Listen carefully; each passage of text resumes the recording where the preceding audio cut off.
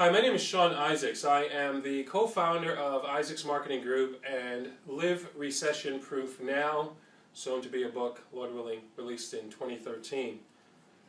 Today I'm going to be talking about something that I think is very, very important in the area of business and marketing and growth, business growth and so on. And I've entitled it 10 Reasons Why Everything You Understand About Marketing is Wrong. Now that's a pretty bold statement. There's a couple reasons why. Not only is it bold, it can almost be obnoxious to say 10 reasons why everything you know about marketing is wrong. But I didn't say just know, but everything you understand about marketing is wrong. And I hope you'll hang out with me for the next few minutes as I seek to make the case. And I'm going to go through at least 10 reasons. There's a couple little bonus things that I'm going to throw in at the end if you hang around. But let's quickly go through this, and let me just tell you, studies show right now that 67% of businesses fail within the first 5 years. 87 to 90% in America fail in the first 10 years. Most of them have what they think are a good business plan, a good marketing plan. Some have money. They don't all have a lot of cash flow or a lot of money to get started. Maybe they don't have a lot of venture capital and so on. But I make the case you don't need any of that stuff to grow a business. You do need to understand what marketing is and how it works and how to do it. And I think if more people ran their business as marketers that happen to be accountants, or marketers that happen to do law, or marketers that happen to own a barbershop, they would see a lot more success in their efforts and what they do. I think the difference between a marketer and a non-marketer is, maybe you remember the name Johnnie Cochran, who represented Michael Jackson during his major case. And I've often said that the difference between him and the other 100+ people that graduated in his school with a law degree, and again, I'm just throwing out some numbers here, and you and I don't know any of their names, not that that's really, really important in the big scheme of things, but the difference between him and them is that he knew how to market himself. You'd probably say, well, he just had good connections. But I would say that because of marketing, he knew how to leverage his connections. Okay, so let's quickly go through what I believe are 10 reasons why everything you understand about marketing is wrong. Now, where did all of this come from? For the last 5 years, I've worked with a major radio station in the New York market. For 10 years, more than 10 years in the New York, New Jersey, and Connecticut markets, with another station, so more than 10 years combined between the two. And in doing that, I've had the privilege of sitting down with lots of business owners and entrepreneurs, and I still do that today. And one of the things that has stand out to me is the little bit of emphasis in time, resources, energy that's put into learning how to grow your business from a marketing standpoint. A person can spend $80,000 to employ 2 or 3 people, and they have nothing to do with bringing in more sales or bringing in more revenue for the business or for the nonprofit. And then they wonder why 2, 3, 4, 5, 6 years down the line the business or the nonprofit closes. So, since I'm sure you don't want to be another statistic, let's quickly go through what I believe are 10 of the main reasons why everything you understand about marketing is wrong. So let's start with number 1. And you've noticed here that I've laid these out. This is more for me. I understand that you can't see clearly everything that I'm seeing. This is more for me than it is for you. It's actually a guide for me because I am so passionate about this area that I could actually spend hours talking about it. So real quickly, let's go into point number 1. Number 1, why is it that everything you understand about marketing is wrong, from my perspective? Number 1, what you know about marketing is not important. What you know, think of know as head knowledge. What you know about marketing is not important. Understanding is critical. From my perspective, understanding is the difference between heart, knowledge, head. Understanding is heart, knowledge, head. Understanding is belief. Understanding is conviction. And so think of it this way. You've heard it said that knowledge is power. Knowledge is not power. Knowledge is information. Knowledge is facts. You know you shouldn't be eating bad food. You still do it. You know you should be exercising every day. You don't. You know you probably should be reading regularly. You don't do it. Why? You lack motivation. It's not that you can't do it. You don't have an inability. It's, you know, a bird has an inability to swim. That's a can't. A flying bird can't swim, right? But you don't have an inability. You lack motivation.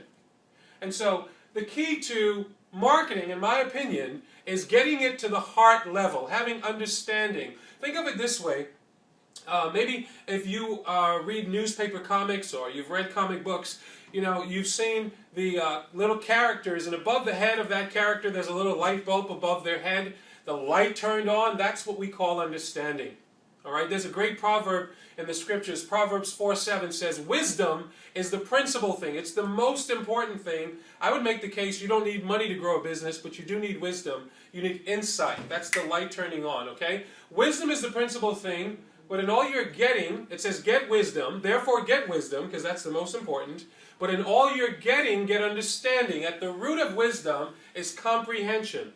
So think of understanding as comprehension. And I would make the case that if you understood marketing was critical, like I do, that you would be marketing regularly. And most of the people I've sat with, typically they treat their marketing or their advertising as a necessary evil. If there is money left over, we're going to advertise. If there's something left in the budget, I'm going to start advertising. Okay? And you're going to hear me use these words interchangeably, and in a minute you'll know why. And it goes right back to why everything you understand about marketing, from my perspective, is wrong. So let's go right to our second point. So number one, again, what you know about marketing is not important. It's not important. Understanding is critical. Every time I say that word important, it brings out that little European accent in the background there. So, secondly, this one, I know you can't see it, but this is important. This is when most people think of marketing, they think of what you're taught in college about marketing, right? We call it the 4 P's of marketing. They say there are 4 critical elements in marketing, your products and your business. That they are the experts. Let's put them in quotes. All right? These experts provide you 4 P's that I think are very important P's. I'm not going to dumb them down or knock them down as unimportant. I would only say that I don't think they go far enough. I think you and I live in a day where people like things to be easy and quick, and there is something to be said for having little short pithy statements said in a way that it's easy for you and I to grasp and to remember. So it's easy to remember that you need to have 4 P's: product, price, place, and promotion. Those things are very important, but lots of businesses have them and they're still failing. And I think it has a lot to do with going back to understanding what marketing is and what it is supposed to do. All right, so we'll get to that in just a moment. So the experts say that the product, you must have the right product to satisfy the needs of the customer. That's important. You must have the right product. That's a given. The only challenge with that is most people believe they have a right product, right? Most of us think of our product not in the sense of our head. This is where head is important. After capturing data from the market and determining or letting the marketplace validate that product, we tend to have these feelings about something that we like or we have always wanted to do, that we want to create, and we think everybody's going to like it. Sort of like this video I'm making, right? The right product. So, the right product, they say, to satisfy the needs of your target customer. Product is important. The only thing I'd say about product, qualifier I would say, is most people think they have the right product and they don't do enough homework in testing the product to see if the market is interested in that product. And it's not just enough for them to be interested in the product. They have to have the money to be able to buy it. They have to be willing to want to buy it, and they must be willing to want to pay what you want to sell it for. So there's a whole component there, or dynamic there, in research and testing that is so critical to your success that so many don't do. That's not the purpose of this our time together right now. So, secondly, product, then there's price. You must have the right product offered at the right price. The problem again with the right price is most people think of price, they think of art or the science. And listen, it's either or. You know, if you asked the experts 10 years ago whether or not Starbucks would work, selling a cup of coffee at $5, to them it was not the right price. Why? Because they looked at what the market could bear, A diner was spending 70 cents, maybe it's a little bit more than 10 years. A diner was 70 cents and Dunkin' Donuts was $1, let's say $1.25. And so the experts, the expert marketers would have told you, you need to sell your coffee at $1.50. But Starbucks sold theirs at $4.50. Why? Because Starbucks, in my opinion, was not selling coffee. They were selling an experience. So yes, you do need the right price, but the right price is about selling value, not selling a product. All right, maybe we'll come back to that. Thirdly, they say you need the right place. The right product at the right price, available in the right place to be bought by customers. So that makes sense. It needs to be in the right place. Whether you're selling it online or offline, it needs to be in the right place. Then fourthly, the last P is promotion.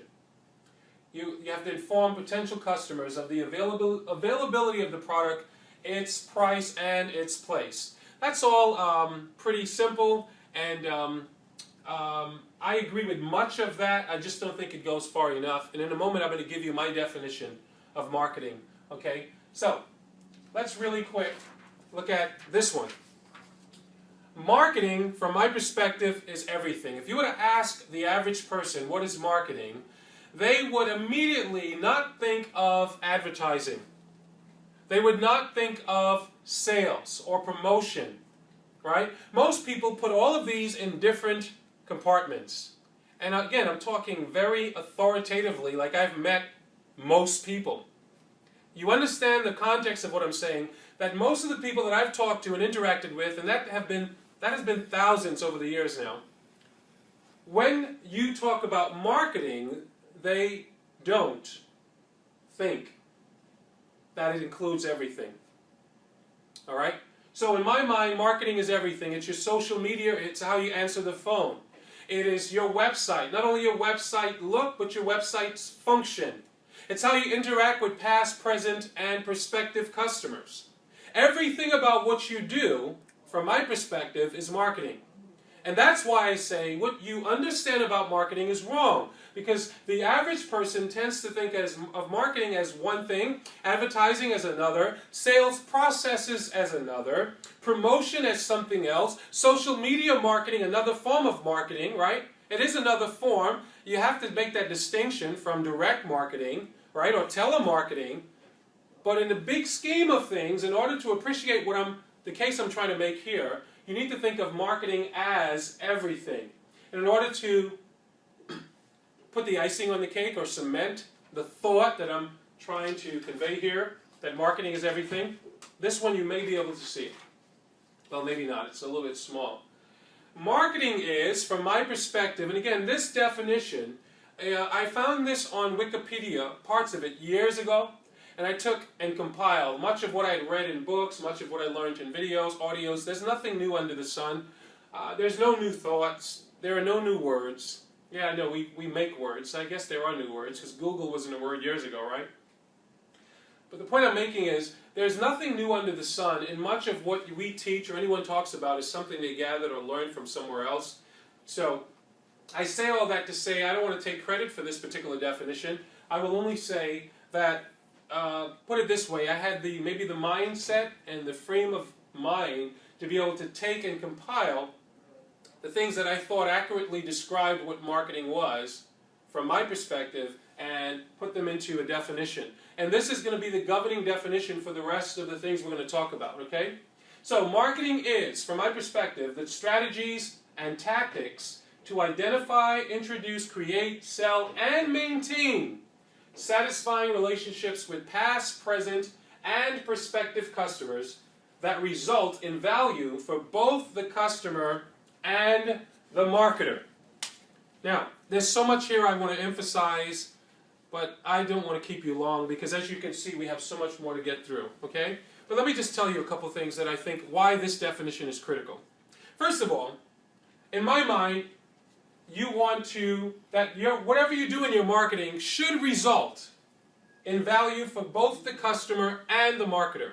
You, the person that is marketing your product, your services, your cause, you should be benefited however that's done, whether that's testimonials, whether that's money or donations. It can be a sale. There's all sorts of ways for you to benefit as a marketer. And I just gave you a little nugget there. You know, the benefit is not only the sale that you make. If you think only of the sale, you miss the power of what marketing can do, how it works, and how it creates long-term results for your business or for you as a sales professional.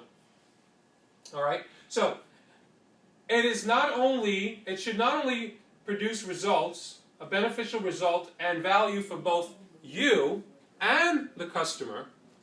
It is the strategies and tactics. I got to say a little bit here. Strategies and tactics. What are the difference? In my studies, research, reading, and I've read lots, and all of the people that I've sat with, and I see myself as some sort of an authority on the subject, okay? And you have to see yourself as some sort of an authority on whatever it is that you're trying to teach, or don't teach it. You might as well just be quiet, right? And so we all, to some degree, believe that what we have to say is very important. You can do with my information whatever you choose. Marketing is the strategies and tactics. What's the difference?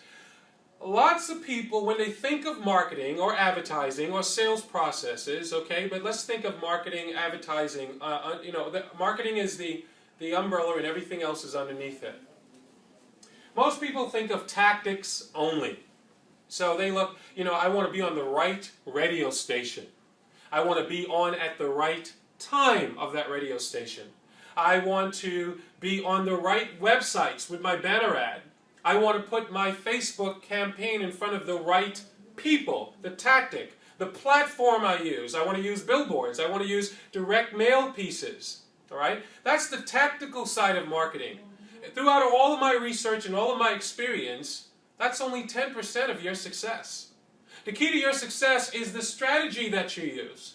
And what is the strategy? Strategy is the copy, the words that you use. Strategy is the offer that you make. All right? And I wish I had time to get more into this, but marketing is the strategies, plural, and tactics, plural, to first identify. It doesn't assume you know who the market is. It assumes that you have to do some work to identify the market. To introduce, create, sell, and maintain. Keyword maintain. If you are marketing and all you're interested in is the sale, you will always be exchanging time for money. You'll always be looking for the next sale as opposed to creating clients or what we call repeat business and referrals. All right? So, you want to maintain satisfying relationships. It implies that it's satisfying for both you and the customer. But it's not just with your present customers. This is a big miss for a lot of people in business or entrepreneurs or marketers. They tend to look at growing their business in one way. Okay? And there's three main ways to grow your business. Most business owners and entrepreneurs look at one way. And that one way is, how do I get more prospects? And what do you tend to do for that? You advertise. How do I get more leads? I need referrals. Again, more prospects, more potential customers. But that's only one way to grow. The next two ways to grow are less expensive, less costly, require less resources, and are far more effective. Anyone in sales know that it takes less time, money, resources to resell an existing customer than to build a relationship with a new one. So, a second way to grow your business is you can increase the conversion rate of prospect to customer. Example, if you have I was talking to a lady today that happened to own a spa. And she's been open for 3 months. And in 3 months, she's had 200 customers buy from her. And she's wondering how to grow her business. I'm like, you have a gold mine. First of all, the fact that you got 200 customers to come through your door without any marketing or advertising is phenomenal. She wasn't spending any money. And she had 200 customers in 3 months that actually not just came through her door, but actually bought from her. So I wanted to know, well, what happened to the other people that came through the door and didn't buy from you? Those were potential customers. See, she's looking at how she can get more people to come through the door. I'm thinking, how do you get the ones that came through the door and didn't buy to buy? That's called conversion. How do you convert more prospects to customers? That's another way to grow your business. So if you tend to get 10 leads per day and you turn 2 of them into a customer, you have a 20% closing ratio. But if you want to double your business, get better at closing 4 instead of 2. You just doubled your business without spending more money on advertising to bring customers in. That's all I want to say about that, only to say that the third way to grow your business is increase the value of the customer. So you can have more customers or more prospects or more leads come in. Secondly, you can increase your conversion rate, and this can be done on or offline. You know, if you have 1,000 people that go to your website a month and 5% of them buy your products or your services, you figure out what strategies do I need to implement. I got the tactics right. What strategies do I now need to implement online so that I can convert more of those prospects into customers? If you just had the same 1,000 people visiting every day, every month, you could grow your business by 100, 2, 3, 4, 500% without getting more prospects. And I want you to get that, because a lot of people think their only way of thinking is, well, I get 1,000 every month and it gives me 5 customers, so if I want 10 customers, I need to get 2,000. What would happen if you increase your conversion rate from prospect to customer and increase the amount of prospects coming in? You know, that's an interesting thing there. We do have a training on that. To find out more about that, you can go to isaacsmarketinggroup.com, and there's a free video or a free training on, I don't remember the name. You know what, just email us at info@isaacsmarketinggroup.com and mention that you're interested in that training. We'll send it to you for free. Okay, the third way of growing your business, you increase your prospects, increase your conversion rate, and then thirdly, increase the value of the customer. If your customer normally spends $100 a year, if you got them to spend $200 a year, you just doubled your business. Wow. Would you like fries with that? Would you like to upsize it? The company that made this famous is McDonald's. So you can learn a lot from these companies that started out small like you, and they're huge now. There's a lot of things that they did right that you can learn from them. So it is the strategies and tactics to identify, introduce, create, sell, and maintain satisfying relationships, not just with existing customers, but here's the key, with past, present, and prospective customers. People that bought from you before should have a relationship with you, even if the product you sell today can only be sold once. It doesn't matter. You can leverage that. What would happen if you leveraged that relationship and created some alliances with other companies that have products that complement what you're selling, and you can market it to them? What would happen if you created additional products that complemented the product or the service, the one product or service you were selling? All right? That is so important. So let's keep moving on. So, in summary, an easy way that I think of marketing is everything you do to say this. To say who you are, what you do, and why I should trust you. Marketing is everything you do, from your business card to the design of your website or no website, to how you answer the phone or not. And I do tests all the time. You know, I do a lot, from time to time, quite a bit of cold calling by phone, and I'll just call businesses, and I am shocked by how people answer the phone. And I have to say, is this a business or a residence? That immediately gives me an impression of that potential business. That's a bad marketing problem in that business. So it's everything you do to say who you are, what you do, and why I should trust you. That why I should trust you is critical. Why I should trust you has the idea of positioning you as an expert. When you are perceived as an expert in your field, nobody asks you about your cost. You know, many businesses are competing on price. And I've often said, as I talk to business owners, that, I can't see people calling up Dr. Phil and saying, your rates are, let's just make up a number, your rates are $1,000 per hour, and the guy down the block on 5th Avenue and 34th Street that does the same thing is $150 an hour. Why isn't your price lower? Why won't they do that? Because he is a trusted authority, perceived authority in their mind.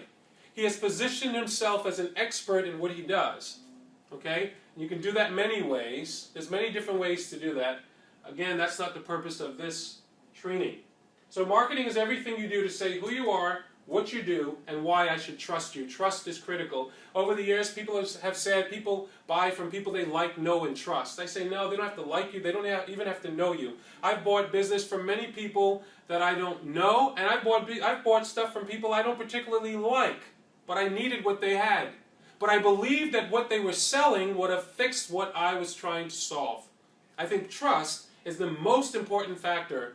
If people don't believe what you're saying, they're not going to like you anyway. If they don't believe what you're saying, they're not going to get to know you and build a relationship. All right? So you can do with that whatever you like. I think trust is critical. Let's go right on to our next one. All right? Marketing, most marketing efforts try to sell too early in the process. Okay? Most marketing efforts try to sell too early in the process.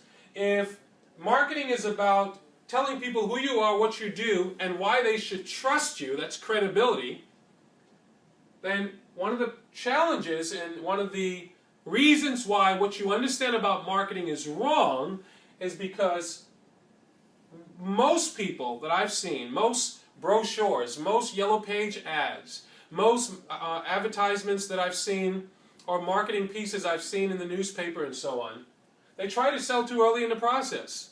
And what do I mean by that? You know, a lot of radio ads, people are telling you how great they are.